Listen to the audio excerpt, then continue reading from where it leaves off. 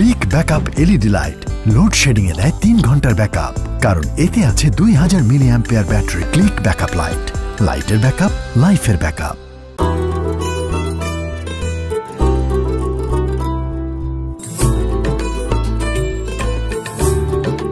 মহসিন, তুমি আমাকে বলছিলা তোমার আম্মা দেখতে অনেক লম্বা ছিলেন, পাত্রী যেন লম্বা হয়। তুমি বলছিলা তোমার বোনের গায়ের রং শ্যামলা ছিল, পাত্রীর গায়ের রং যেন শ্যামলা হয়। তাকাই দেখো, পাত্রী শিরিন যেমন শ্যামলা তেমনই লম্বা। এখন বলো, তোমার কি পাত্রী শিরিনকে পছন্দ হয়েছে? জি, পছন্দ হয়েছে। আলহামদুলিল্লাহ। আর মহসিনের কথা কি বলবো, সে দেখতে যেমন নায়কের মতো সুন্দর, মনটা তেমনই সুন্দর, একদম মন খোলা একটা মানুষ। বোন শিরিন, তোমার কি মহসিনকে পছন্দ হয়েছে? জি, পছন্দ হয়েছে। মাশাআল্লাহ, যেহেতু ছেলে মেয়ে দুইজন দুইজনকে পছন্দ করছে, তাইলে আর দেরি না করে বিয়ের তারিখটা ঠিক করে ফেলেন। বিয়ের তারিখ ঠিক করার আগে দেনা পাওনার হিসাবটা ঠিক করে নিলে ভালো হতো না? আচ্ছা ঠিক আছে, বলো তোমাকে কি কি দিতে হবে, কি কি নিবা তুমি? আমাকে কিছুই দিতে হবে না, বরং আমি আপনাদেরকে দিব। বলেন আপনারা কি চান? তুমি আমাদেরকে দিবা মানে কি দিবা? এই বিয়েতে শিরিনের শাড়ি, গয়না, কসমেটিক্স সহ যা লাগে সব আমি কিনে দিব। বিয়ের অনুষ্ঠান করতে যত টাকা খরচ হবে সব টাকা দিব আমি। আর আপনাদের মেহমানদারি করতে, অনুষ্ঠান করে লোকজন খাওয়াতে যত টাকা খরচ হয় সব টাকা দিব আমি। মোট কথা, আপনাদের মেয়ের বিয়েতে আপনারা একটা টাকাও খরচ করতে পারবেন না, সব টাকা দিব আমি। এটা তুমি কি বলছো মহসিন? আমার মেয়ের বিয়েতে টাকা খরচ করার দায়িত্ব তো আমার, তুমি কেন টাকা খরচ করতে যাবা? না, মেয়ের বিয়েতে টাকা খরচ করা একজন বাবার দায়িত্ব না।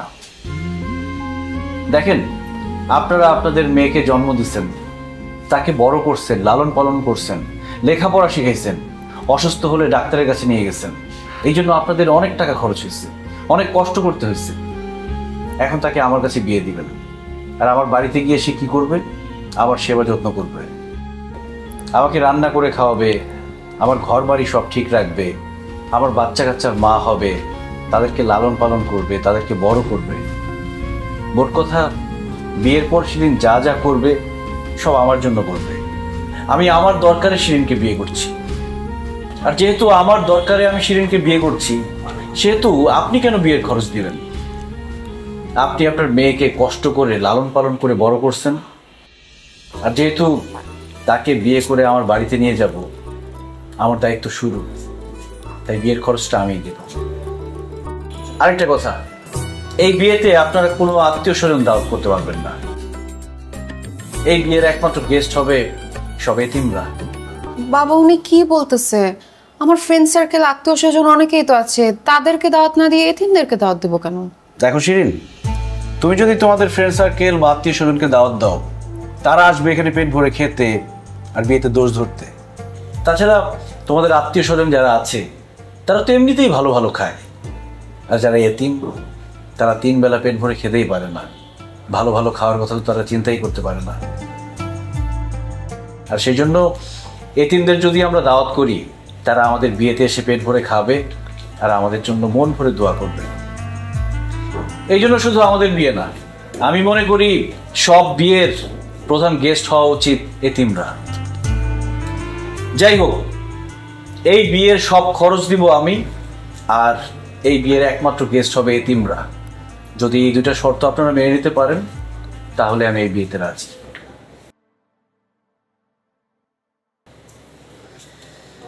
বুঝতে পেরেছি, আমার শর্তে আপনারা রাজি না। ঘটক আপা, চলেন। আরে না না, তোমার কোথাও যাইতে হবে না।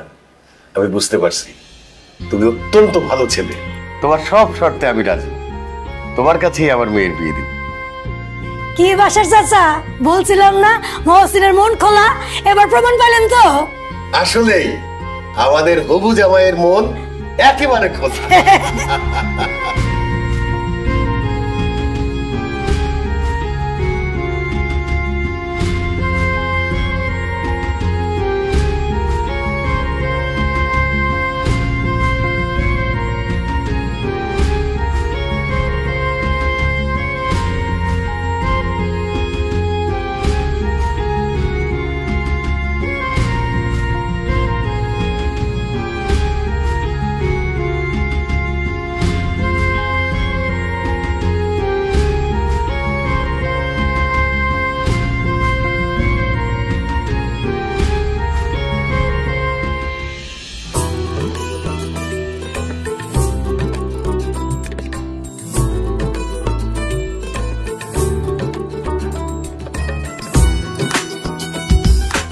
ধর। তুমি আমাকে টাচ করবে না। আমি তোমার স্ত্রী, আমি তোমাকে কেন টাচ করতে পারবো না?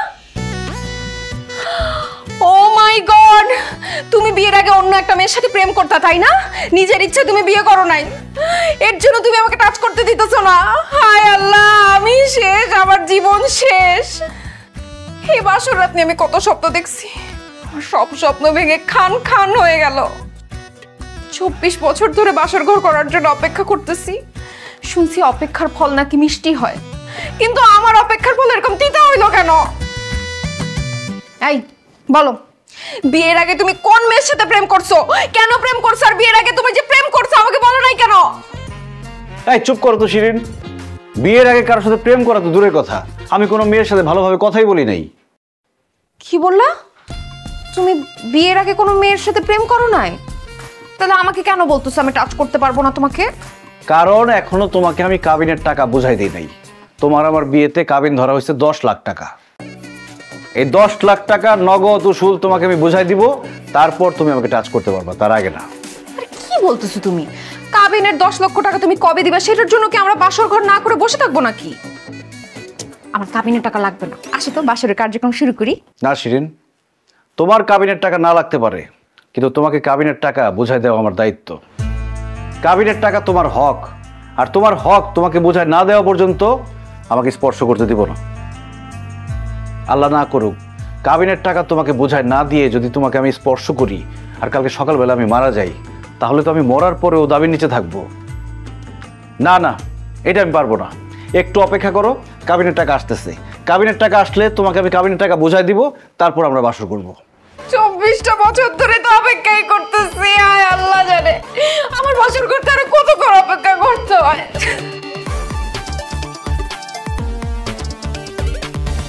মহসিন ভাই, আরে দরজা খোলা আছে, তাড়াতাড়ি আয়। এতক্ষণ লাগে তোদের আসতে? আরে মহসিন ভাই, আপনি বললেন না মালা বানাইতে, ওই মালা বানাইতে গিয়ে তো দেরি হয়ে গেল। আচ্ছা ঠিক আছে, এখন মালা কই, তাড়াতাড়ি দে। মালাটা বেশ সুন্দর হয় না রে? যাই হোক, এই যে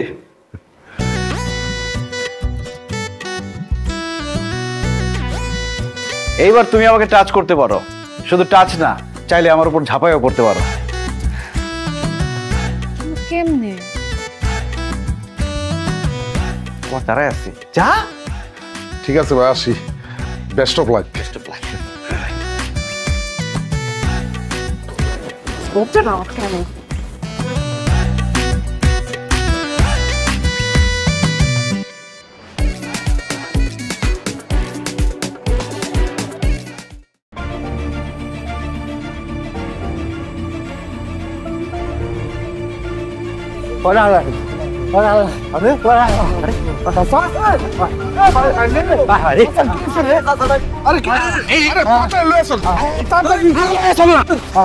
কিন্তু বিপদ হয়ে যেতে পারে।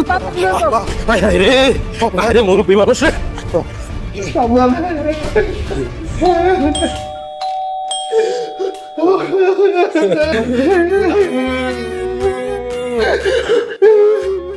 আরে আপনারা থামেন, এরকম কাঁদতেছেন কেন? আপনারা খারাপ। ভাবি, আমরা এই এলাকারই ছেলে। আমাদের বিল্লাল চাচা রাস্তা দিয়ে হাঁটার সময় হঠাৎ করে মাথা ঘুরে অজ্ঞান হয়ে পড়ছে, এই কারণে এখানে নিয়ে আসছি। আশ্চর্য, একটা লোক মাথা ঘুরে পড়ে অজ্ঞান হয়ে গেছে, তাকে নিয়ে আপনারা এইখানে নিয়ে আসছেন কেন? তাকে হাসপাতালে নিয়ে যাবেন। এটা কি হাসপাতাল নাকি? ভাবি, আমরা জানি এটা হাসপাতাল না, এটা মহসিন ভাইয়ের বাসা। বিল্লাল চাচা ডাইনামে আমার সামনে পিছনে আপন বলতে কেউ নাই। এই বিল্লাল চাচা যখন কোনো সমস্যা পড়তো, আপদ বিপদ হইতো, তখন মহসিন ভাই তার বাসায় এসে দাঁড়াইতো। এখন এই বিল্লাল চাচারে যে হসপিটালে নিয়ে যাবো, চিকিৎসা বাবদ যে টাকা পয়সা লাগবো, এটা মহসিন ভাই স্যার আর কেউ দিব না। এই কারণে মহসিন ভাইয়ের বাসায় নিয়ে আসছি। ও ভাবি, মহসিন ভাই কই? মহসিন ভাই কই? আপনি একটু মহসিন ভাইকে ডাক দেন। ও মহসিন ভাই, মহসিন ভাই, মহসিন ভাই, মহসিন ভাই। এই সেলিম, কি হইছে? কি রে, বিল্লাল চাচা কি হইছে? মহসিন ভাই, সর্বনাশ হয়ে গেছে। বিল্লাল চাচা অজ্ঞান হয়ে পড়ছে, তার অবস্থা বেশি ভালো না। কি? বিলাল চাচা ওখানে কি হয়েছে? বিলাল চাচা, আরে আমার বিলাল চাচা কি হয়েছে? আল্লাহ, এদিকে আসুন, কি হয়েছে কি? তুমি এইভাবে কান্নাকাটি করতেছ, মনে হচ্ছে সে তোমার বাপ লাগে। আরে সে আমার বাবা না লাগলেও আমার বাবার মতো, আমাকে যেখানে দেখতো সেখানেই বলতো মহসিন বাবা কেমন আছো? সেলিম তোরা দাঁড়ায় আছিস কেন? বিলাল চাচাকে নিয়ে হাসপাতালে যা। ভাই চাচারে যে হাসপাতাল লইয়া যাবো, আমার কাছে তো কোনো টাকা পয়সা নাই। হায় হায়, আমার কাছে তো ক্যাশ টাকা নাই। কি, আচ্ছা ঠিক আছে, এই আংটিটা নিয়ে যা, আংটিটা বিক্রি করে বিলাল চাচার চিকিৎসা কর। এই কি করতেছ তুমি? আংটি দিচ্ছিস কেন? তুমি কি ভুলে গেছো এটা আমাদের বিয়ের আংটি? ভুলে যাবো কেন? আমি জানি এটা আমাদের বিয়ের আংটি। আমার বাবা তোমাকে বিয়েতে এটা উপহার দিছে, এটা আমাদের বিয়ের স্মৃতি। আরে দেখো স্মৃতি, আংটি গেলে আংটি পাবো, বিল্লাল চাচার জীবন চলে গেলে আমরা কি বিল্লাল চাচাকে জীবনে পাবো? বিল্লাল চাচার জীবন বাঁচাইতে আমি শুধু আংটি কেন, আমার নিজের জীবন পর্যন্ত দিতে পারি। খবরদার মহসিন, আমি তোমাকে সাফসাফ বলে দিচ্ছি, আমার বাবা তোমাকে যে আংটি দিছে তুমি এই আংটি তাদেরকে দিতে পারবা না, এভাবে দান করতে পারবা না। দরকার হলে ব্যাংক থেকে টাকা উঠে দাও, তাও এই স্বর্ণ দিতে পারবা না। সেদিন আজকে যে শুক্রবার, তুমি ভুলে গেছো ব্যাংক বন্ধ?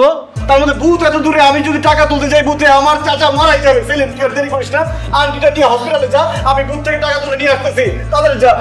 আল্লাহ আল্লাহ আল্লাহ, আমার বিল্লাল চাচাকে আল্লাহ বাঁচালে আল্লাহ। এই তুমি আমাদের বিয়ের আংটিটা দিয়ে দিলা? তুমি কি পাগল? আমি পাগল না শিরিন, আমি মানবতার ফেরিওয়ালা। ওর ব্যাংকের কার্ড কোথায়? ও মাই গড,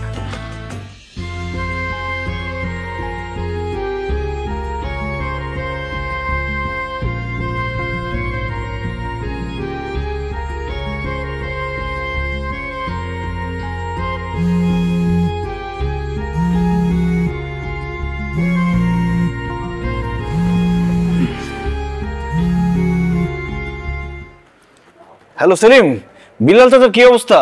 মহসিন ভাই, বিলাল চাচার অবস্থা ভালো না, ডাক্তার বলতেছে রক্ত লাগবে। আরে বেটা, রক্ত লাগলে কোনো সমস্যা নাই, যত ব্যাগ রক্ত লাগে আমি দিব, তারপরে বিল্লাল চাচাকে বাঁচাইতে হবে। আমি জানতাম মহসিন ভাই আপনি রক্ত দিবেন, এই কারণেই তো এত রাতের বেলা আপনারে কল দিচ্ছি। আচ্ছা ভাইজান, আপনার কি রক্তের গ্রুপ এ পজিটিভ? না, আমার রক্তের গ্রুপ তো এ পজিটিভ না, আমার রক্তের গ্রুপ বি পজিটিভ। হায় হায় রে, তাহলে তো ভাই আপনি রক্ত দিতে পারবেন না। বিলাল চাচার রক্তের গ্রুপ তো এ পজিটিভ রক্ত লাগবো। এটা তো একটা সমস্যা হয়ে গেল। আচ্ছা তুই ফোন রাখ, আমি দেখি ম্যানেজ করতে পারি কিনা। ঠিক আছে ভাই, আপনি একটু দেখেন, রক্ত ম্যানেজ হইলে আমার একটু জানায়েন। শিরিন, এই শিরিন, এই তোমার রক্তের গ্রুপ কি? হ্যাঁ, রক্তের গ্রুপ কি তোমার? তুমি এইভাবে টাকাটাকি করতেছো কেন? আরে রক্তের গ্রুপ কি সেটা বলো। এখন মাত্র ভোর রাত, এত আগে আমাকে উঠাইছো কেন? সকালবেলা জিজ্ঞেস করতে রক্তের গ্রুপ কি? আরে বাবারে, সকালবেলা জানা গেলে তো হইতোই, এখন রক্ত লাগবে জন্য এখন জিজ্ঞেস করতেছি। তোমার রক্তের গ্রুপ কি সেটা বলো। আমার রক্তের গ্রুপ এ পজিটিভ হয়েছে, এখন ঘুমাইতে দাও। কি বললা? এ পজিটিভ? শুকুর আলহামদুলিল্লাহ, তাড়াতাড়ি উঠো, চলো হসপিটালে চলো, রক্ত দিতে হবে। হাসপাতালে যাবো মানে? এই ভোর রাত্রে আমি হাসপাতালে যাবো কেন? আরে আজকে বিল্লাল চাচারে হসপিটালে নিয়ে গেল না, ডাক্তার বলছে বিল্লাল চাচারে বাঁচাইতে হলে এ পজিটিভ রক্ত লাগবে। তোমার রক্তের গ্রুপ যেহেতু এ পজিটিভ, তুমি রক্ত দিয়ে বিল্লাল চাচাকে বাঁচাবা, চলো। ও লাগো, এসব কি বলো? না না না, আমি রক্ত দিতে পারবো না। কেন? আমি রক্ত দিলে আমার শরীর থেকে রক্ত কমে যাবে না, তারপর আমি দুর্বল হয়ে যাবো, আমি অসুস্থ হয়ে যাবো। আরে তুমি দুর্বল হবা না, একজন সুস্থ স্বাভাবিক মানুষ বছরে 3 বার রক্ত দিতে পারে, আর তার জীবদ্দশায় কমপক্ষে 120 বার রক্ত দিলে তার কোনো সমস্যা হয় না। তুমি তো সারা জীবনে একবার রক্ত দাও নাই, তোমার রক্ত দিলে কিছুই হবে না। আর তাছাড়া রক্ত দান করার 48 ঘন্টার মধ্যে দেহে রক্তের পরিমাণ স্বাভাবিক হয়ে যায়। নিয়মিত রক্তদান করলে হৃদরোগের ঝুঁকি কমে। তুমি যত কিছুই বুঝাও, আমাকে বললে কিচ্ছু হবে না, কারণ আমি রক্ত দিব না, আমার ভয় লাগে। শিরিন, ভয়কে জয় করো, একজন মুমূর্ষু রোগীকে বাঁচাইতে হবে। আরে আমাকে দিয়ে হবে না, তুমি কেন বুঝতেছো না? আমি ইনজেকশন দেখলে ভয় পাই। ইনজেকশন আমার হাতের ভিতরে ঢুকায় রক্ত নিবে, ও মা গো, আমার শুনলেই কেমন ভয় লাগতেছে। না না, আমি পারবো না, তুমি আমাকে জোটাজুটি করো না প্লিজ। শিরিন, ইনজেকশনকে ভয় পাওয়ার কি আছে? তোমার কাছে মনে হবে একটা ছোট্ট পিঁপড়া তোমাকে কামড় দিয়েছে, কিচ্ছু হবে না। এইসব মূলা ঝুলায় কোনো লাভ হবে না। আমি ইনজেকশনের আগে দিছি, আমি জানি ইনজেকশনে কি ব্যথা লাগে। আমি কোনো রক্ত দিতে পারবো না, তুমি অন্য কারো ম্যানেজ করো। আরে এই ভোর রাতে আমি এ পজিটিভ রক্তের গ্রুপ ওলা কাকে ম্যানেজ করব? বুঝছি, এমনি কাজ হবে না তো, আপসে কাজ না হলে জোর করে তোমার নিব আমি। আসো আসো আসো, রক্ত তোমাকে দিতেই হবে।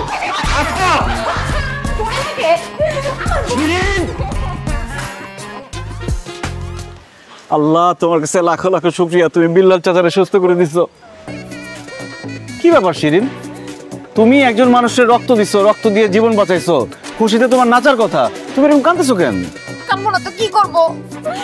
ইনজেকশন হাতের মধ্যে ঢুকায় কতগুলো রক্ত নিয়ে গেল। এখন আমার শরীরটা কেমন লাগতেছে, মাথা বনবন করতেছে, আমি হাতটা ব্যথা নাড়াইতে পারতেছি না। চাপো মামা যান।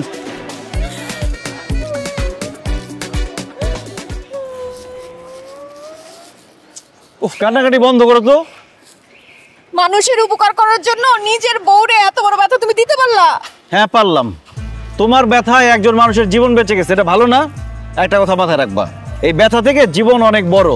তুমি একজন মানুষের জীবন বাঁচাইছো, এটা ভেবে বুক ভরে নিঃশ্বাস নাও, কারণ মানুষ মানুষের জন্য, জীবন জীবনের জন্য।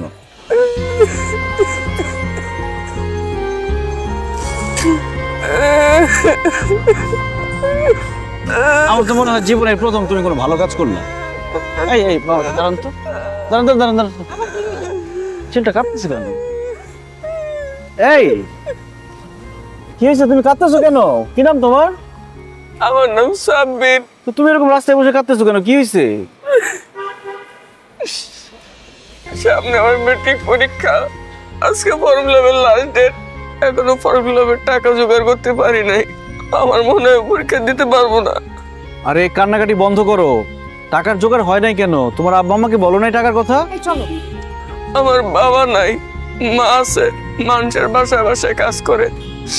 যে বাসায় কাজ করে সে বাসায় এখনো বেতন দেয় নাই, সে কারণে আমার মা আমারে ফর্ম ফিলাপের টাকা দিতে পারে নাই। আমার মনে হয় আমি ফর্ম ফিলাপ করতে পারবো না। আরে আচ্ছা, তোমার ফর্ম ফিল আপ করতে কত টাকা লাগবে? 14,500 টাকার মতো। 14,500 না? কি করতেছো? আমার কাছে তো 5,000 টাকার বেশি নাই। শিরিন, তোমার কাছে না টাকা আছে? ব্যাগে দেখলাম 10,000 টাকা দাও তো। এক্সকিউজ মি, আমি অনলাইনে শাড়ি অর্ডার করছি, আজকে ডেলিভারি হবে। 10,000 টাকা আমি আলাদা করে শাড়ির জন্য রাখছি, তোমার আমি এই টাকা দিব কেন? আরে শোনো নাই, সাব্বির টাকার জন্য ফর্ম ফিল আপ করতে পারতেছে না, তোমার টাকাটা দাও, ওকে দিয়ে দিও, ফর্ম ফিল আপ করুক। আমি কেন ওকে টাকা দিব? ও কি আমার ভাই লাগে নাকি আত্মীয় স্বজন লাগে? তুমি এদেরকে চিনো? এরা রাস্তাঘাটে এসে এইসব নাটক করে, এগুলা স্ক্যাম। আমি এদের খুব ভালো মতো চিনি, তুমি চিনো না? এই খবরদার, একদম ফালতু কথা বলবা না। সাব্বিরকে দেখে কি মনে হয় যে ও নাটক করতেছে? ওর চোখের পানি দেখলে কি মনে হয় যে ও নাটক করতেছে? ছেলেটা সারা জীবন কত কষ্ট করে লেখাপড়া করছে, মেট্রিক পরীক্ষা দিবে, সুন্দর ভবিষ্যৎ গড়বে, কত স্বপ্ন দেখছে। আর এখন যদি সামান্য কিছু টাকার জন্য মেট্রিক পরীক্ষা দিতে না পারে, ওর মনটা ভেঙে যাবে না? ও পড়াশোনা ছেড়ে দিবে, ওর ভবিষ্যৎটা নষ্ট হয়ে যাবে। সামান্য কিছু টাকার জন্য একটা ছেলের শখ, আশা, ভবিষ্যৎ, এগুলো আমি নষ্ট হতে দিব না। তুমি অনলাইনে ড্রেস অর্ডার করছো, সেটা আজকে না কিনলে আরেকদিন কিনতে পারবা, কিন্তু আজকে যদি ফর্ম ফিল আপ না করতে পারে, ওর জীবন থেকে একটা বছর নষ্ট হয়ে যাবে। তুমি বুঝতে পারতেছো? প্লিজ তুমি আমাকে টাকাটা দাও, আমি সাব্বিরকে দিয়ে দিই। আমি বাসায় গিয়ে তোমাকে সব টাকা ফেরত দিয়ে দিব। থাক, তোমার আর কোনো টাকা ফেরত দিতে হবে না। আমার টাকার পিছনে পড়ছো না? নিজের জন্য কোনো কিছু রাখবে না, সবারই সব দিয়ে দিবা। নাও দাও, সবারই বিলায় দাও। হ্যাঁ সাব্বির, এখানে 15,000 টাকা আছে, আশা করি তোমার ফর্ম ফিল আপ হয়ে যাবে। আপনি অনেক ভালো উপকার করছেন, আপনার উপকার আমি জীবনে বললাম না। আমি আপনার সার্টিফিকেট হয়ে থাকবো ভাই। যাও যাও যাও, তাড়াতাড়ি স্কুলে যাও, ফর্ম ফিল আপ করতে হবে, দেরি হয়ে যাবে। আপনার নাম্বার আর ঠিকানা দেন, আমি যখন লেখাপড়া কইরা বড় অফিসার হবো তখন সব টাকা আমি আপনাকে দিয়ে দিব। আমার টাকা আমাকে ফেরত দিতে হবে না, তুমি পরীক্ষা দাও, পরীক্ষা দিয়ে ভালো রেজাল্ট করবা, রেজাল্ট করার পরে সেই রেজাল্টের খবর নিয়ে আসবা, মিষ্টি নিয়ে আসবা সাথে। আমার নাম হচ্ছে মহসিন, এই এলাকায় থাকি, ঠিক আছে? ঠিক আছে ভাই। এখন তাড়াতাড়ি যাও, ফর্ম ফিল আপ করো, যাও।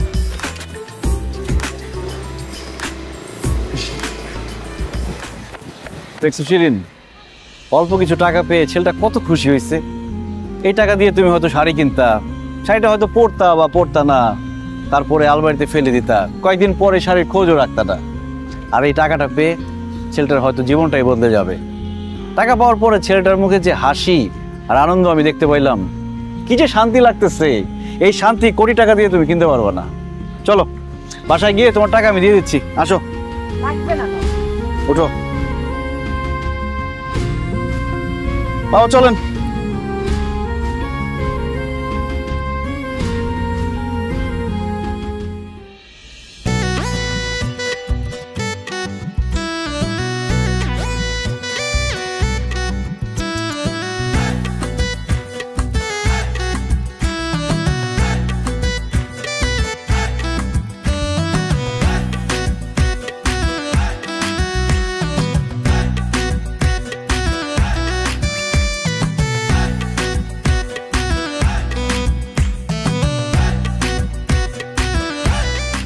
জামাই, আমার মেয়ে তোমার সাথে কি নিয়ে ঝগড়া করছে একবার খালি বলো, মাইরে আর হাড্ডি গুড্ডি গুঁড়া করে দিব। আব্বা, আপনার মেয়ে আমার সাথে কোনো কিছু নিয়ে ঝগড়া করে নাই। কি বলো জামাই, তোমার সাথে ওর ঝগড়াঝাটি হয় নাই? তাহলে যে তুমি এত তাড়াতাড়ি ফোন করে আসতে বললা, ঝগড়া যদি না থাকে তুমি কি আমার মেয়ে অসুস্থ? না মা, আমি অসুস্থ না, আমাকে ঠিকঠাক মতো দেখো, আমি একদম সুস্থ আছি।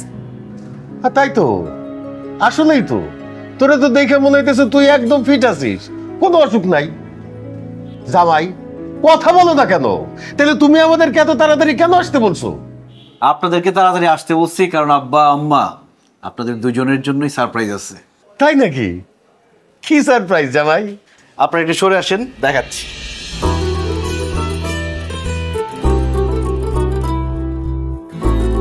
এই যে আব্বা, এই হলো আপনার সারপ্রাইজ মোটরসাইকেল। বাহ, খুবই ভালো লাগছে জামাই।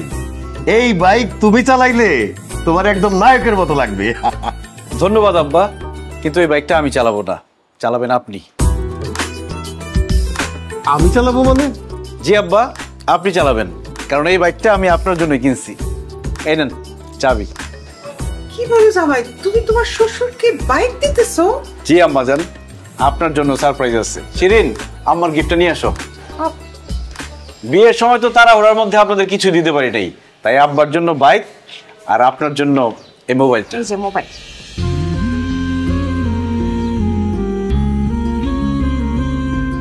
জামাই, তুমি কিন্তু আমার সবার সামনে ছোট করতেছো। তুমি আমার মেয়ে জামাই, কোথায় আমরা তোমার মোটরসাইকেল দিব, মোবাইল দিব, তা না উল্টা তুমি আমাদেরকে মোটরসাইকেল দিতেছো, মোবাইল দিতেছো, কারণটা কি? আব্বা, আপনার বাসা থেকে অফিস অনেক দূরে, আর আপনি প্রত্যেকদিন বাসে করে অফিসে যান, আপনার তো অনেক কষ্ট হয়। আর শিরিনের কাছ থেকে শুনছি আপনি বাইক চালাইতে পারেন, তাই আপনার একটা বাইক গিফট করলাম। এখন থেকে কষ্ট করে বাসে আর অফিসে যাইতে হবে না, এখন থেকে অফিসে যাবেন বাইকে করে। আর আম্মা, আপনার মেয়েটা আপনার কত আদরের, তার বিয়ে হয়ে গেছে, আপনার কাছ থেকে কত দূরে দূরে থাকে। আপনার শিরিনরে দেখতে মন চাইবে, কথা বলতে মন চাইবে, যখনই দেখতে মন চাইবে, কথা বলতে মন চাইবে, ভিডিও কল দিবেন, দেখবেন, কথা বলবেন। এই জন্য আপনার একটা দামি মোবাইল কিনে দিলাম। মহসিন ভাই, আপনি কি মানুষ না অন্য কিছু কোন তো? হ্যাঁ, আরে কয়দিন আগে আমি আমার শ্বশুরের কাছ থেকে মোবাইল, টিভি, ফ্রিজ নিলাম, আর উল্টা আপনি আপনার শ্বশুরে এগুলো দিতেছেন, ঘটনা কি কোন তো? নোমান ভাই দেখেন, আজকে যদি আমার আব্বা বেঁচে থাকতো আমি কি ওনাকে দিতাম না? আজকে যদি আমার আম্মা বেঁচে থাকতো আমি কি আমার আম্মাকে দিতাম না? আমাদের সমস্যা কি জানেন? আমরা শ্বশুর শাশুড়িকে কখনো নিজের বাবা মা মনে করি না, শ্বশুর শাশুড়িকে সবসময় বউয়ের বাবা মা মনে করি। আমরা ভাবি আমরা জামাই, শ্বশুর শাশুড়ি সবসময় শুধু আমাদেরকে দিবে আর দিবে। কেন রে ভাই? একজন শ্বশুর শাশুড়ির সব থেকে বড় যে সম্পদ তার মেয়ে, তাকেই তো আমাকে দিয়ে দিচ্ছে, আর কি চাই? এই জন্য জামাইয়ের উচিত শ্বশুর শাশুড়িকে নিজের বাবা মায়ের মতো দেখা, এবং বাবা মাকে কিছু দিলে সমানভাবে শ্বশুর শাশুড়িকেও দেওয়া উচিত।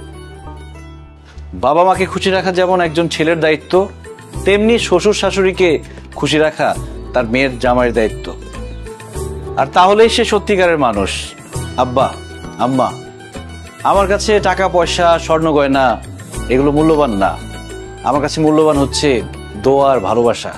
তাই আমি আপনাদের কাছে টাকা পয়সা, স্বর্ণ গয়না এগুলো কিছুই চাই না, আমি চাই সবসময় আপনাদের দোয়া আর ভালোবাসা। মহসিন ভাই, আমি আপনার কথা শুনে বুঝতে পারছি, আমি আমার শ্বশুরের কাছ থেকে যে মোবাইল, টেলিভিশন, ফ্রিজ এগুলো নিছি, আমি আসলে কাজটা ঠিক করিনি। আর আমার শ্বশুর এখন বেকার, আসলে বলতে গেলে তার হাতে কোনো কাজ নাই, মানে শুধুমাত্র আমার জোরাজুরিতেই অনেক কষ্ট করে এগুলো উনি ম্যানেজ করে দিছেন। আমি আপনার কথা দিতেছি, আজকের দিনের মধ্যেই যা যা আনছি আমি সব কিছু আমার শ্বশুরে ফেরত দেব। তাই আপনি যদি কিছু মনে না করেন ভাই, আমি একটা কথা বলতে পারি? মানে এই যে আপনার যে উপহার দেওয়া মোটরসাইকেলটা সহ আপনার শ্বশুর শাশুড়ির সাথে আপনার সাথে আমি একটা ছবি তুলতে পারি? ছবি তুলবেন কেন? এই ছবিটা আমি ফেসবুকে পোস্ট করব, আর ক্যাপশনে লিখব যে সকল জামাইরাই শুধু শ্বশুরদের কাছ থেকে নেয় না, কিছু কিছু জামাই আছে যারা শ্বশুরদেরকে দেয়ও। আমার এই পোস্ট দেখে যেসব জামাইরা শ্বশুরদের কাছ থেকে শুধু নেয়, তারা একটু হলেও বুঝবে যে তারা এই কাজটা ঠিক করছে না। ঠিক আছে তোলেন। জি আব্বা আসেন, আম্মা আসেন, আর আপনিও আসেন, সেলফি তোলেন।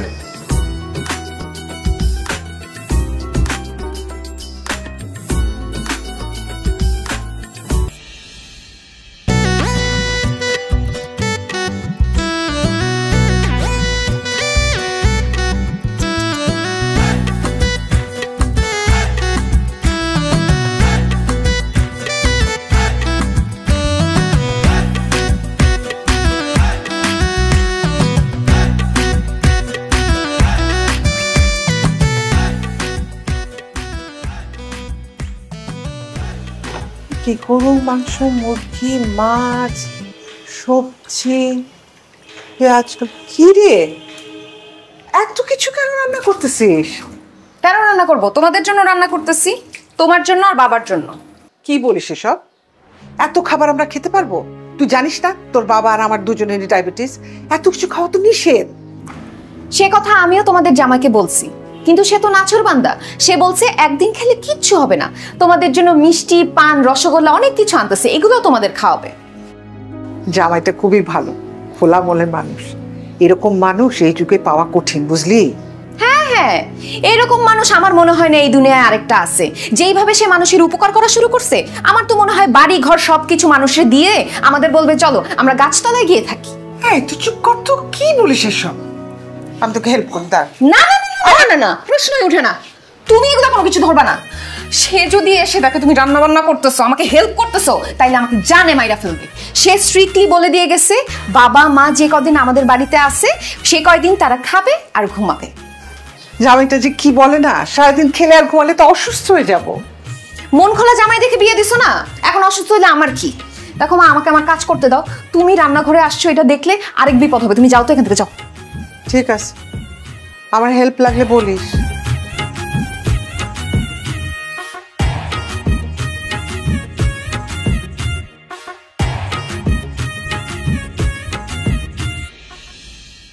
কি করা যাবে এখন? না বুঝতেছি। আরে আরে মহসিন ভাই, কেমন আছেন আপনি? আছি, আমি ভালো আছি। তোমরা কেমন আছো? ভাই, যে এলাকায় আপনার মতো পরোপকারী দিল খোলা মানুষ আছে, সে এলাকায় আমরা ভালো না থাকতে পারি? আমরা ভালো আছি, শুধু ভালো না, অনেক ভালো আছি। ভাইজান, আপনার সাথে দেখা হয়ে ভালো হইল। আমরা তো আপনারই খুঁজতেছিলাম। তো তোমরা আমার কেন খুঁজতেছিলা? ভাই, আমাকে ক্লাবের মধ্যে একটা ক্যারাম বোর্ড কিনবো আর 2-3 বান্ডিল টাস কিনবো। আর আমাকে ক্লাবের ফ্যানটাও নষ্ট হয়ে গেছে, একটা ফ্যান কিনবো। ভাই, গরমের মধ্যে তো আর টাস আর ক্যারাম বোর্ড খেলা যায় না, তাই কইতাছি আপনি আমাকে কিছু টাকা ডোনেশন করেন। তো তোমরা ক্যারাম বোর্ড খেলবা, তাস খেলবা, ফ্যানের বাতাস খাবা, আমি কেন ডোনেশন দিব? ভাই, আপনি তো আমাকে মহল্লার মধ্যে সবার বিপদ আপদে আগায় আসেন, সবারই সাহায্য সহযোগিতা করেন, তাইলে আমাকে একটু ডোনেশন দিলে সমস্যা কি? এই তো, এটা ঠিক বলছো। কেউ বিপদে পড়লে আমি তার সাহায্য করার চেষ্টা করি, কিন্তু ফালতু কাজে এই মহসিন একটা টাকা খরচ করে না। তোমরা সারাদিন ক্যারাম বোর্ড খেলো, স্কুল কলেজ ফাঁকি দিয়া পোলা পাই নাই সেখানে ক্যারাম বোর্ড খেলে, আর তাস খেলার নামে যে জোয়ার আসর বসাও, এই খবর আমার কাছে নাই মনে করছো? সব জানি আমি। শোনো, এখনো সময় আছে, এইসব বাদ দাও। এই মহল্লার মধ্যে ক্লাব না, পারলে একটা লাইব্রেরি দাও, সেখানে বই থাকবে, মানুষজন এসে বই পড়বে, জ্ঞান অর্জন করবে। আর যদি লাইব্রেরিটা করতে পারো, তোমরা এসে আমার কাছে ডোনেশন চাইতে হবে না, আমি নিজে গিয়ে তোমাদের ডোনেশন দিব। ভাই, আপনি তো একটা ভালো বুদ্ধি দিচ্ছেন। ঠিক আছে ভাই, ক্লাব বাদ, আমরা মহল্লার মধ্যে একটা লাইব্রেরি দিব। ঠিক আছে, ভেরি গুড। ভাই, এবার আসেন, আমাদেরকে চা খাওয়াবে। চলো। কেন আমি তোমাদের চা খাওয়াবো কেন? তোমাদের হাত আছে, পা আছে, সুস্থ সবল মানুষ। তোমরা চা ভিক্ষা করো কেন? কাজ করতে পারো না? কাজ করবা, টাকা কামাই করবা, সেই টাকা দিয়ে চা খাবা। ভাই, এটা আপনি কি কইলেন? আপনি মানুষের এত উপকার করেন, অথচ আমাকে এক কাপ চা খাওয়াইতে পারবেন না? আমি মানুষের বিপদে তারে সাহায্য করি, ফাও কাজে একটা টাকা খরচ করি না। যাও, এসব ফালতু আলাপ নিয়ে আমার সামনে আর আসবো না।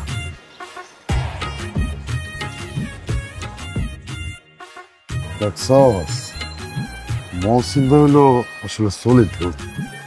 বিপদে পড়লে মানুষের উপকার করে, কিন্তু ফালতু কাজে একটা টাকাও খরচ করে। আমরা তো ভাবতেছিলাম এমনিতে উনি 2 হাতে টাকা উঠায়, কিন্তু কাজে ছাড়া বেকাজে কোনো টাকা খরচ করে। ক্লিক সিলিং ফ্যান, বিভিন্ন মডেলের কত ডিজাইন। এতে আছে ইউনিক ডিজাইনের অ্যালুমিনিয়াম ব্লেড, তাই বাতাস ছড়ায় প্রতিটি কোণায়। ক্লিক ফ্যান, প্রশান্তির হাওয়া ছড়িয়ে যাবে সবখানে। শোনো মমিন মুসলমান, করি আমি নিবেদন, এ দুনিয়া ফানা হবে, কিছুই রবে না। ভাই গো একটু ভিক্ষা দিয়ে যান। শোনো মমিন মুসলমান, করি আমি নিবেদন, ভাই গো 2 টাকা দিয়ে যান। আল্লাহ গো আল্লাহ, আপনার জন্য অনেক দোয়া করি গো ভাই রে। শোনো মমিন মুসলমান, করি আমি নিবেদন, দুনিয়া ফানা হবে, কিছুই রবে না। শোনো মমিন মুসলমান, করি আমি নিবেদন, এ দুনিয়া ফানা হবে। বাবা গো কত টাকা ভিক্ষা দিয়ে দাও। এই আপনাকে দেখতে তো সুস্থ সবল মানুষ মনে হয়, কাজ করে খেতে পারেন না, ভিক্ষা করেন কেন আপনি? না রে বাবা, আমি সুস্থ না, আমার পায়ের মধ্যে পছন্দ ধরছে, হাঁটতে পারি না, কোনো কাজকর্ম করতে পারি না, এই কারণে ভিক্ষা করে খাই বাবা। কি পায়ে পচন ধরছে? পায়ে যদি সত্যি সত্যি পচন ধরে তাইলে ভিক্ষা তো দিবই, দরকার হইলে আপনার চিকিৎসার দায়িত্ব আমি নিব। আর যদি পায়ে পচন না ধরে তাহলে এমন মার দিব, 2 পা ভাঙ্গে একদম হুইল চেয়ারে বসাই দিব মিথ্যা কথা বলার জন্য। দেখি দেখি কোথায় পচন ধরছে। বাবা বাবা দাঁড়া দাঁড়ো, দেখাইতেছি, তুমি তো বিশ্বাস করো না। এই যে দেখো বাবা, এই যে। আহারে কি অবস্থা, পায়ে তো সত্যি পচন ধরছে। আপনি এইভাবে যে রয়েছেন, চিকিৎসা করেন না কেন? আপনি কোনো চিন্তা করেন না, আপনার চিকিৎসার দায়িত্ব আমি নিলাম, আমি আপনার চিকিৎসা করাবো। আপনার কিছু টাকা দিয়ে যাই। থাক বাবা, ভিক্ষা দিতে হইব না। বাবা গো অনেক দিন ধরে না ভালো মন্দ কিছু খাই না, তুমি কি আমার একটু গরুর মাংস দিয়ে ভাত খাওয়াইতে পারবা হোটেল থেকে? আরে বাইরের হোটেল রেস্টুরেন্টের খাবারের মধ্যে দুনিয়ার ভেজাল, ওগুলা খাইলে দেখা গেল যে পেট ভরে খাইতে গিয়ে পেট খারাপ হইলো, পরে 2-3 দিন বিছানা থেকে উঠতে পারলেন না, কাজকর্ম বন্ধ, খাওয়া দাওয়া সব বন্ধ। হায় হায়, এটা কি কইতেছো বাবা? হোটেলের খাওয়ানি এত ভেজাল, তাইলে কি আমার এই গরুর মাংস দিয়ে ভাত খাওয়া হইব না? আরে কেন হবে না, অবশ্যই হবে। শোনেন, আমাদের বাসায় মেহমান আসছে, আমার শ্বশুর শাশুড়ি, আমার বউ আজকে অনেক ভালো মন্দ রান্না করছে, ভাত, পোলাও, বিরিয়ানি, গরুর মাংস, মুরগির মাংস, সব ধরনের খাবার রান্না করছে। আজকে দুপুরে আপনি আমার সাথে আমাদের বাসায় খাবেন। কি কও বাবা? আমি তোমার লাগে তোমার বাড়িতে গিয়া দুপুরবেলা খাওন খামো? অবশ্যই আমার সাথে আমাদের বাসায় গিয়ে খাবেন, কারণ আজকে আপনি আমার মেহমান। চলেন আমার বাসায় চলেন। আল্লাহ তোমার বাসায় রাখুক বাবা, আমার মতো একটা ভিক্ষুক রে তুমি তোমার বাড়ির মেহমান কইতেছো, অথচ মানুষের কাছে ভিক্ষা চাইতে গেলে ভিক্ষা তো দেয় না, আত্মীয়টা দেয়, গালাগালি করে। বাবা গো আল্লাহ তোমার অনেক হায়াত দারাজ করুক, তুমি অনেক ভালো মানুষ, তুমি অনেক মন খোলা মানুষ।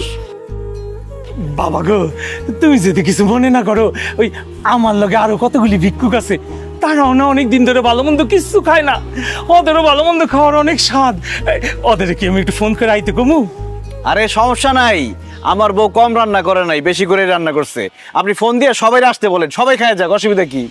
আল্লাহ আল্লাহ তোমার বাসায় রাখুক বাবা, তোমার মতো এরকম মন খোলা মানুষ চারিদিকে বড়াই দিক। তারা আমি ফোন করতেছি।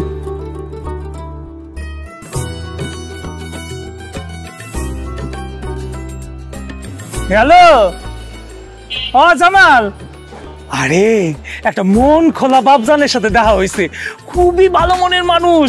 আমগর আজকে দুপুরবেলা হ্যাঁ নিজের বাড়িতে নিয়ে খাওয়াইবো। তোরা সব কটা মিলে আয়া পড়। কি কইলি? আলেয়ার মা? না না, আলেয়ার মারে আনন্দের দরকার নেই, আলেয়ার বাপরে নিয়ে আয়। হ্যাঁ নিয়ে আয়, নিয়ে সবাই নিয়ে আয়। ওই যে 4 নম্বর সেক্টর আছে না, ওই মাথায় আয়, আমি ওখানে তার জন্য দাঁড়াইতেছি। চলেন চলেন চলেন। শোনেন, খাওয়া দাওয়া শেষ করে আমি আপনার ডাক্তার দেখাবো। এই যে পায়ের মধ্যে যেটা নিয়ে ঘুরতেছেন, এটা তো ভালো না, যে কোনো সময় পা ক্ষতি হইতে পারে। মারে এখন দিস না, জামাই আসুক একসাথে খাই। আরে একসাথেই তো খাবো, জাস্ট বেড়ে রাখতেছে, ও চলে আসবে। বাবা তোমাকে কি অবস্থা, খাওয়া দাওয়া শুরু হয়ে গেছে নাকি? আরে না, এই তো জামাই বাবাজি চলে আসছে। বসো জামাই বাবা, আমরা একসাথে বসে খাই। আরে একসাথে বসে খাওয়ার মজাই আলাদা।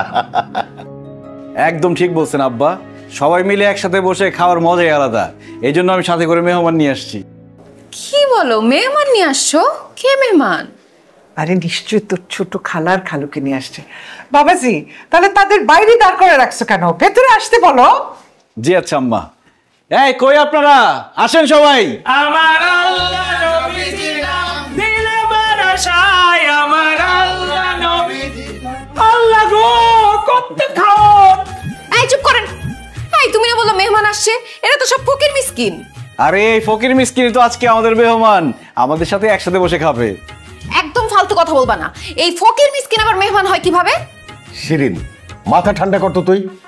জামি বাবাজি, ফকির মিসকিন কত বাসার ভিতরে নিয়ে আসছো? আব্বা, বাসায় মানুষ মেহমান কেন নিয়ে আসে? খাওয়ার জন্য। তারা আমাদের বাসায় খাওয়ার জন্য আসছে। জানো শিরিন, ওনারা অনেক দিন ধরে গরুর মাংস দিয়ে ভাত খায় না।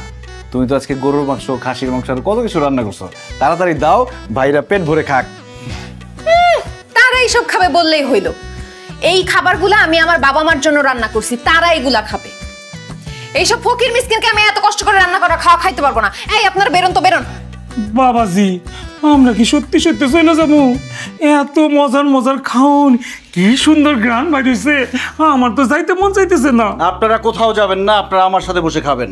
শিরিন, আমি বলতেছি সবাইকে খাবার বেড়ে দাও, সবাই আমাদের সাথে বসে খাবে। আরে কি বলে জামাই, এই ফকির মিসকিন আমাদের সাথে বসে খাবে কেন? আমাদের খাওয়া শেষ হলে যেটা থাকবে সেটা ওরা খাবে। আম্মা, তারা ফকির মিসকিন, রাস্তার কুকুর বিড়াল না যে আমাদের বেঁচে যাওয়া খাবার তারা খাবে।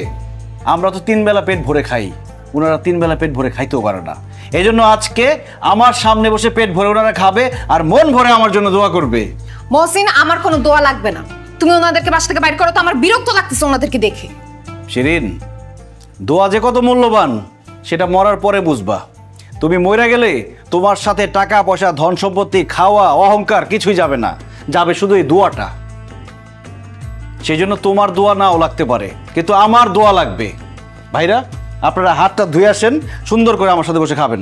জামাই বাবাজি, এইবার কিন্তু তুমি বাড়াবাড়ি করতেছো। এইসব ফকির মিসকিনের সাথে বসে আমি কোনোদিনই খাবার খাবো না। আমিও খাবো। আপনাদের যদি তাদের সাথে বসে খেতে এতই সমস্যা হয়, আপনারা বেডরুমে চলে যান। শিরিন, আব্বা আমাকে বেডরুমে খাবার দাও, আর ওনারা আমার মেহমান, ওনারা ডাইনিং রুমে বসেই খাবে। কি বলতেছো তুমি?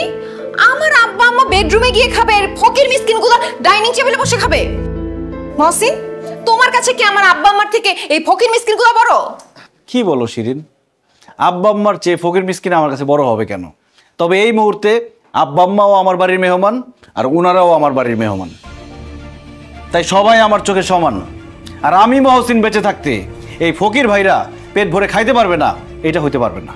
বুঝতে পারছি ভাইরা আমার, আপনাদেরকে কেউ খাবার দিবে না, নিজেদের খাবার নিজেদের নিতে হবে। পছন্দ মতো খান।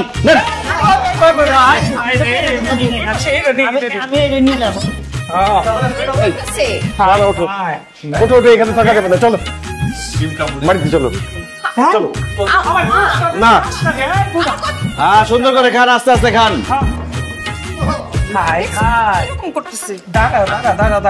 পেট ভরে খান, পেট ভরে। আপনার একটা পোলাও নেন।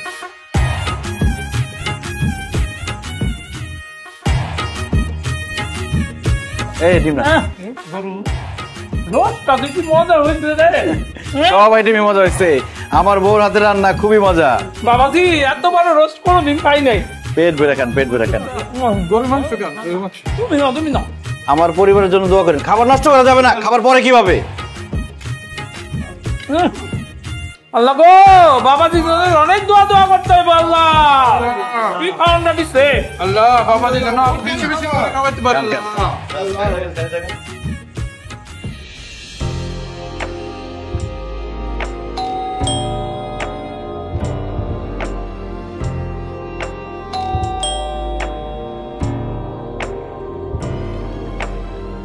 আরে হারুন চাচা, আসসালামু আলাইকুম।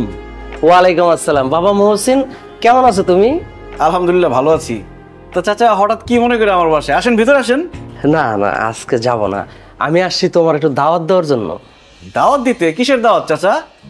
আমার ছোট মেয়ে শিউলি, ওই যে অসুস্থ হয়ে হাসপাতালে ভর্তি হয়েছিল, তুমি যে ডাক্তারের সব খরচ দিচ্ছিলা, রক্ত দিয়া তুমি ওর জীবন বাঁচাইছিলা, ওর কথা কি তোমার মনে আছে? হ্যাঁ হ্যাঁ মনে আছে। শিউলি এখন কেমন আছে চাচা? খুব ভালো আছে বাবা, ওর বিয়ে ঠিক করছি আগামী শুক্রবার। তুমি হইলে ওই বিয়েতে আমার প্রধান মেহমান, তুমি আর বৌমা অবশ্যই আসবা। নসিবে থাকলে 4টা ডাইল ভাত খাইবা, আমার মায়ের একটু দোয়া করে যাবা। চাচা কি যে বলেন না, শিউলির বিয়ে আর আমি আসবো না? আমি অবশ্যই আসবো। না না মহসিন, তুমি একা এলে কিন্তু হইব না, বৌমারের সাথে করে নিয়ে আইবা। ঠিক আছে চাচা, আপনার বৌমাকে সাথে করে নিয়ে আসবো। বাইরে দাঁড়িয়ে আছেন কেন? আসেন, ভিতরে আসেন। না না বাবাজি, এখন আর ভিতরে যাবো না, আর কয়েকজনের দাওয়াত দিতে হবো তো, আমি এখন যাই। ঠিক আছে, আসসালামু আলাইকুম। ওয়ালাইকুম আসসালাম।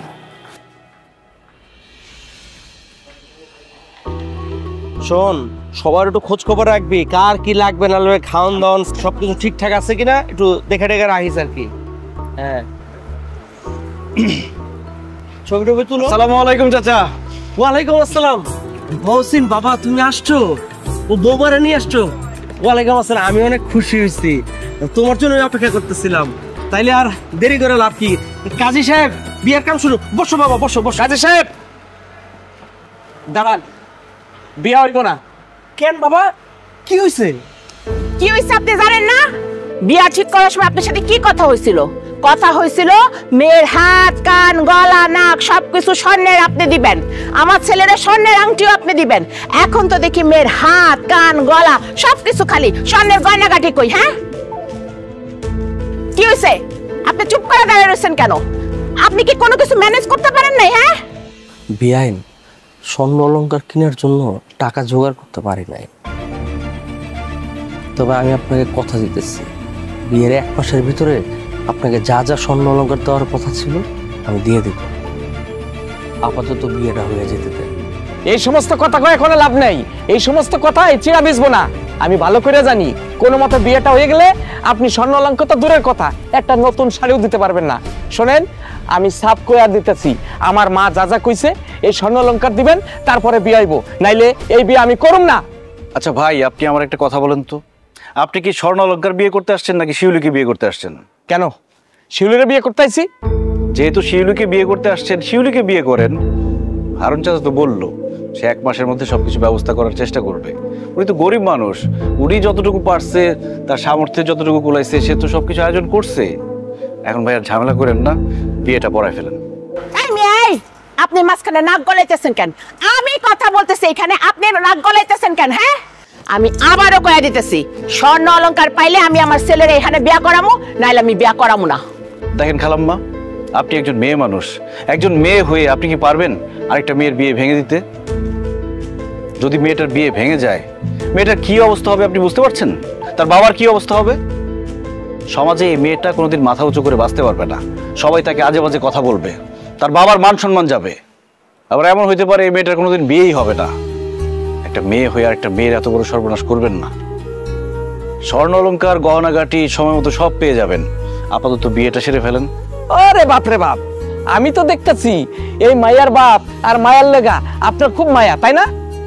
এতই যখন আপনার মায়া, তাইলে ওই স্বর্ণ অলংকার আমরা যেটা চাইতাছি সেটা আপনি দিয়ে দেন, তাইলে তো ঝামেলা মিটে যায়।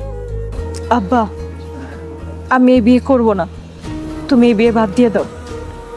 স্বর্ণ অলংকারের জন্য একটা মানুষ তোমাকে এই ভরা মজলিসে অপমান করবে, এটা আমি সহ্য করতে পারতেছি না। আমার এই বিয়ে লাগবে না, তুমি এই বিয়ে বন্ধ করো। মা, তুমি একটা ফকিন্নির মায়ের লগে আমার বিয়ে ঠিক করছো। এই ফকিন্নি স্বর্ণ অলংকার তো দূরের কথা, একটা কানা করেও দিতে পারবো না। একদম ঠিক কথা বলছস, আমার আরো খোঁজ খবর নিয়ে এই বিয়ে ঠিক করা উচিত ছিল। চল এখান থেকে, চল। চলো। সামান্য স্বর্ণের জন্য তুই বিয়ে ভেঙে চলে যাবি, একটা মেয়ের জীবন নষ্ট করবি? তুই তো মানুষ না, তুই একটা পশু। এই, তুই মারা গেলে স্বর্ণ গয়না কি তোর সাথে যাবে? এই স্বর্ণ গয়না নিয়ে কি তুই কবরে যাবি? আমি তোরে স্বর্ণ গয়না সব দিতেছি, তারপর তুই বিয়ে না করে এখান থেকে যাইতে পারবি না। শিরিন, তোমার স্বর্ণ গয়না সব খুলে দাও তো। কি বলতেছো? আমার স্বর্ণ গয়না খুলে দিব কেন? তোমার এই গায়ের গয়নাগুলো আমি ফকিনের বাচ্চারে দিব, কারণ এই ফকিনের বাচ্চায় গয়না ছাড়া বিয়ে করবে না। আমি মহসিন বাইচা থাকতে আমার সামনে গয়নাগাটির জন্য একটা মেয়ের বিয়ে ভেঙে যাবে, এটা আমি হইতে দিব না। দাও তোমার গয়নাগাটি খুলে দাও। অসম্ভব, আমার গয়নাগাটি আমি খুলে দিতে পারবো না। একদম ফালতু কথা বলবো না, যেটা করতে বলছি সেটা করো, তাহলে খুব খারাপ হবে কিন্তু।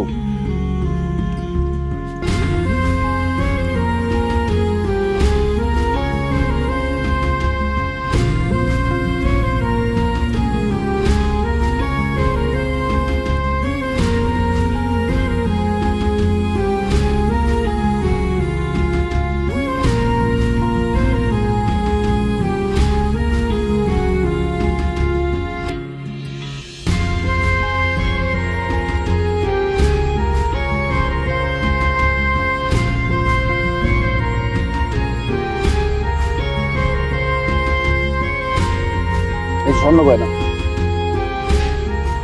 এখন শিউলির বিয়ে করতে কোনো আপত্তি আছে? স্বর্ণ অলঙ্কার যখন পাইছি তখন আর আমার এই বিয়াতে আপত্তি নাই, আমি রাজি।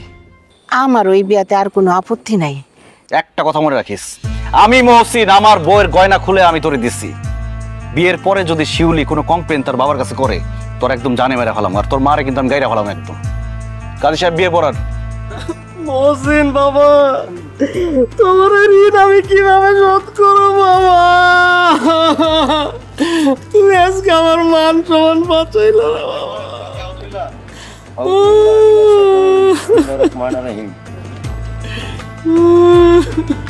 বলো বাবা। কবুল। কবুল।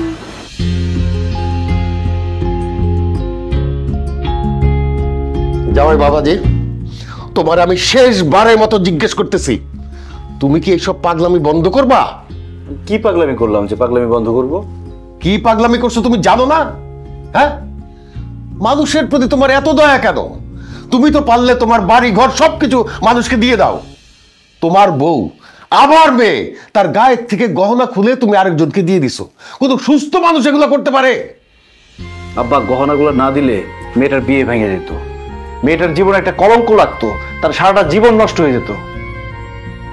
মেয়েটার বাবার মান সম্মান যাইতো, দুঃখ কষ্টে মেয়েটার বাবা মারা যেতে পারতো, এমনকি মেয়েটা আত্মহত্যাও করতে পারতো। আমার কিছু গহনা দেওয়াতে মেয়েটার বিয়ে হয়েছে, মেয়েটার বাবার মান সম্মান পাচ্ছে, মেয়েটা একটা সংসার পাইছে। আপনার তো আমাকে ধন্যবাদ দেওয়ার কথা, তা না বলে উল্টা আপনি বলতেছেন আমি পাগলামি করতেছি। অবশ্যই তুমি পাগলামি করতেছো, তুমি একটা আস্ত পাগল। কি বললো শিরিন? আমি পাগল? হ্যাঁ, অবশ্যই পাগল। কারণ তুমি পাগল না হইলে ঘরের মধ্যে ফকির মিসকিন ডাইকা নিয়ে আসতা না। তুমি যদি পাগল না হইতা তাহলে নিজের বউয়ের রক্ত আরেকজনকে দান করাইতা না। তুমি যদি পাগল না হইতা আমার গয়নাগাটি সবকিছু খুলে আরেকজনকে দিয়ে দিতা না। আমার প্রতি তোমার কোনো মায়া ভালোবাসা নাই, তোমার সব মায়া ভালোবাসা হচ্ছে বাইরের মানুষের প্রতি। অনেক হয়েছে, আর না। তোমার আমি সাফ সাফ আজকে বলে দিতেছি, আজকের পর থেকে তুমি পরিবারের মানুষ ছাড়া অন্য কারো প্রতি দয়া দেখাইতে পারবা না, অন্য কারো মানুষকে উপকার করতে পারবা না, অন্য কারো বিপদ আসলে ওখানে ছুটেও যাইতে পারবা না। নিজেকে নিয়ে থাকবা, নিজের বউ নিয়ে থাকবা, নিজের পরিবার নিয়ে থাকবা। আমার মেয়ে ঠিক কথাই বলছে। বিয়ে শাদির আগে যা করছো করছো, এখন বিয়ে করছো, তোমার বউ আছে, সংসার আছে, বউয়ের কথা ভাববা, সংসারের কথা ভাববা, অন্যের চিন্তা বাদ দাও। আমাকে মাফ করবেন আম্মা, মানুষের চিন্তা আমি বাদ দিতে পারবো না। আমি যতদিন বেঁচে আছি আমার সাধ্যমতো মানুষকে সাহায্য করবই, কারো বিপদ দেখলে আমি এগিয়ে যাবই। তাহলে তুমিও কান খুলে শুনে রাখো, আমি তোমার সাথে সংসার করব না। ঠিক আছে, তোমার যা খুশি তুমি তাই করো, কিন্তু মানুষের বিপদে এই মহসিন এগিয়ে যাবেই। ঠিক আছে, তাহলে তুমি মানুষকে নিয়েই থাকো। আমার মেয়েকে তোমার কি দরকার?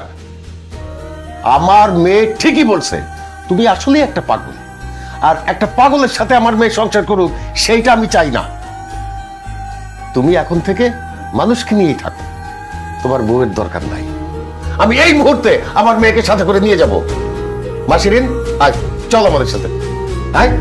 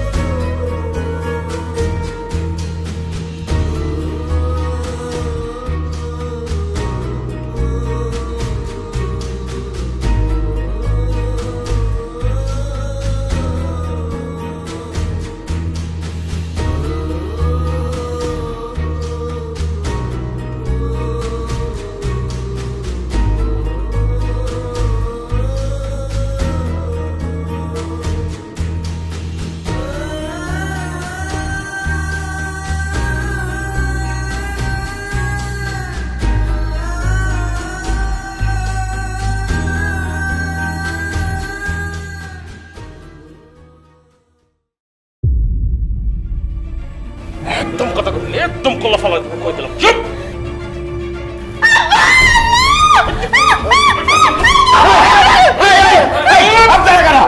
আমার বাড়িতে কেন হচ্ছেন? আমরা ঢাকায় খবরদার একটা কথা কবি না, কথা বলে একদম জানে মেরালাম। আমাদের ছেড়ে দাও বাবা, আমাদের কোনো ক্ষতি করো না, আল্লাহর দোহাই লাগে। ঠিক আছে, কোনো ক্ষতি করবো না। বাসার আলমারির চাবি দেন, তাড়াতাড়ি দেন। টাকা পয়সা স্বর্ণ গয়না সব লয়ে আমরা যামগা, আপনাকে কোনো ক্ষতি করবো না, চাবি দেন। বাবারে, আমার শাশুড়ি আমার গয়নাগুলো দিছে, ওইগুলা নিও না বাবা, আল্লাহর দোহাই লাগে, ওইগুলা নিও না। একদম চুপ কর, যা কইছি তাড়াতাড়ি কর। আলমারির চাবি যদি না দেস তোদের ঘাট থাকবে, এমন কোপ দিমু কল্লা থাকবে না। চাবি দিয়ে দাও, চাবি দিয়ে দাও, চাবি দিয়ে দাও।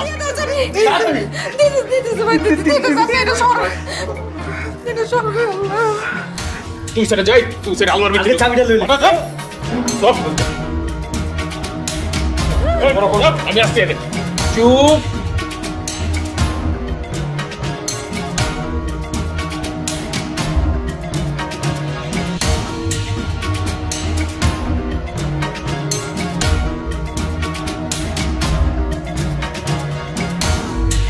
তাড়াতাড়ি কর, তাড়াতাড়ি কর।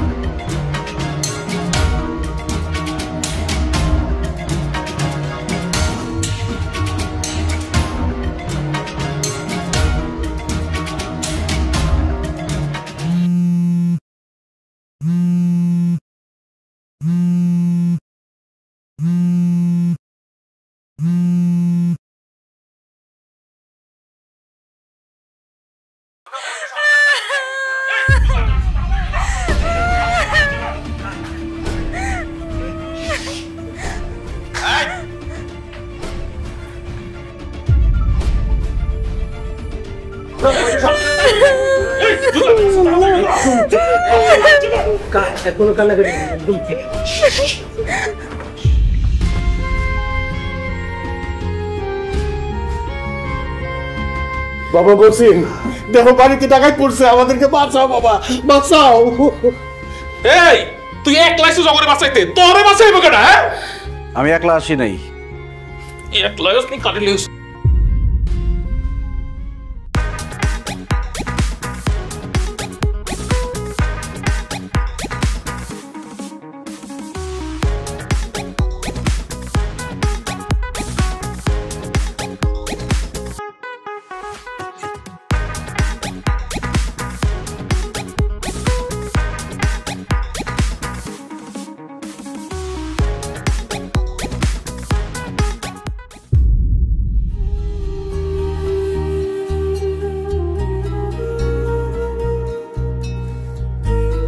আব্বা আম্মা, এখন বুঝতে পারতেছেন বিপদে মানুষের পাশে দাঁড়ানো, মানুষের উপকার করা কতটা গুরুত্বপূর্ণ? আজকে যদি এই মানুষগুলো আপনাদের বিপদে আপনাদের পাশে এসে না দাঁড়াইতো, তাহলে ডাকাতেরা সারা জীবন আপনি যে কষ্ট করে উপার্জন করছেন, যা আয় করছেন, সবকিছু নিয়ে যেত। এমনকি যাওয়ার আগে আপনাদের তিনজনকে এখানে মেরে ফেলতে পারত। শুধু এই মানুষগুলো আপনাদের পাশে এসে দাঁড়াইছে বলে আপনারা প্রাণে বেঁচে গেছেন, আপনাদের অর্থ সম্পদ সহি সালামতে আছে। শিরিন, তুমি আমাকে বলছিলে আমি নাকি পাগল, এই জন্য আমি মানুষের বিপদে ঝাঁপায় পড়ি, তাদের উপকার করি। আমি পাগল না শিরিন, আমি সুস্থ স্বাভাবিক মানুষ। আমি কেন মানুষের উপকার করি জানো? আমার বাবা মা খুব গরিব ছিল, কোনোদিন আমাকে দুই বেলা পেট ভরে খাওয়াইতে পারে নাই। আমার একটা বোন ছিল, টাকার অভাবে ভালো পাত্রের কাছে আমার বোনের বিয়ে দিতে পারে নাই, এই জন্য একটা নেশাখোরের কাছে বিয়ে দিছিল। সে নেশাখোরটা টাকার জন্য আমার বোনকে অত্যাচার করতে করতে মেরে ফেলছে। আমার বড় বোন মারা যাওয়ার পর আমার বাবা মা যখন তার লাশটা দেখলো, তারপর আমার বাবা মা অসুস্থ হয়ে যায়। আমি তাদের কোনো চিকিৎসা করাইতে পারি নাই, খাবারের ব্যবস্থা করতে পারি নাই। টাকার অভাবে আমার চোখের সামনে আমার বাবা মা ধুকে ধুকে বিনা চিকিৎসায় মারা গেছে।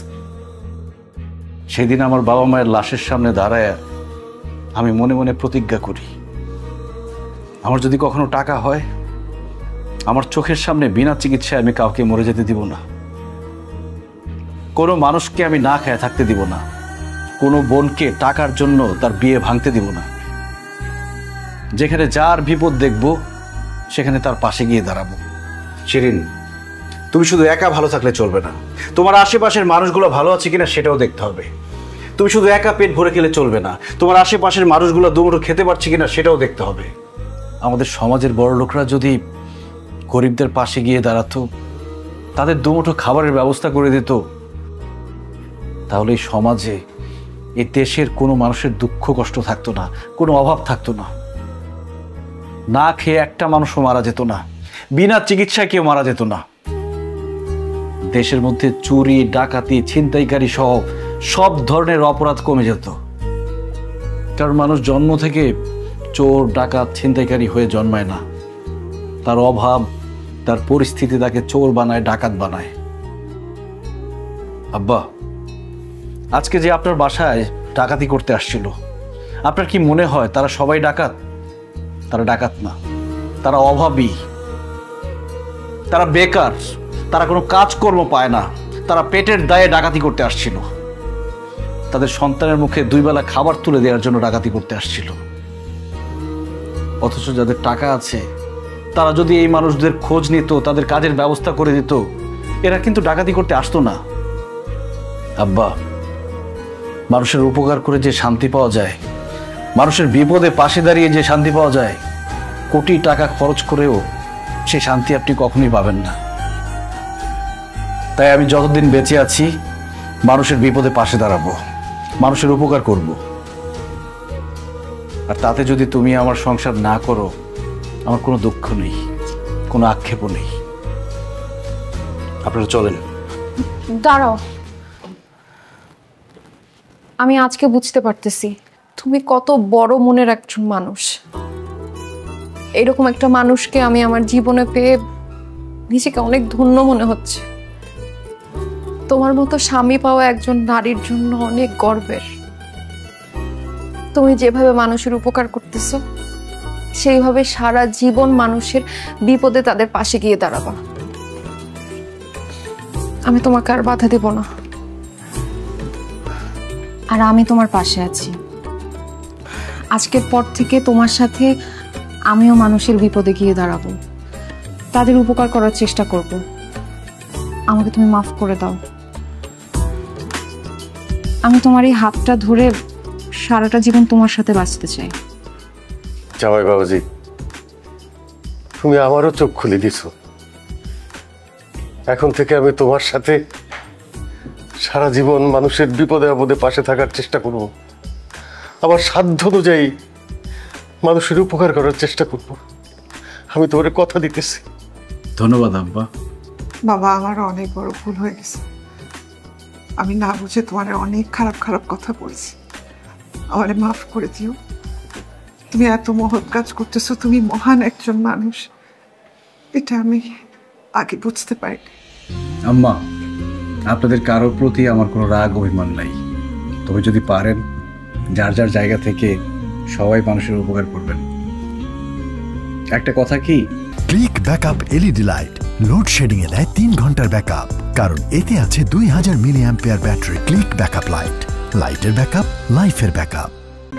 একা ভালো থাকার মধ্যে, সুখে থাকার মধ্যে কোনো বাহাদুরি নেই, বরং সবাই মিলে ভালো থাকাই আসল সুখ। এই জন্যই তো কবি বলেছেন, সকলের তরে সকলে আমরা, পরে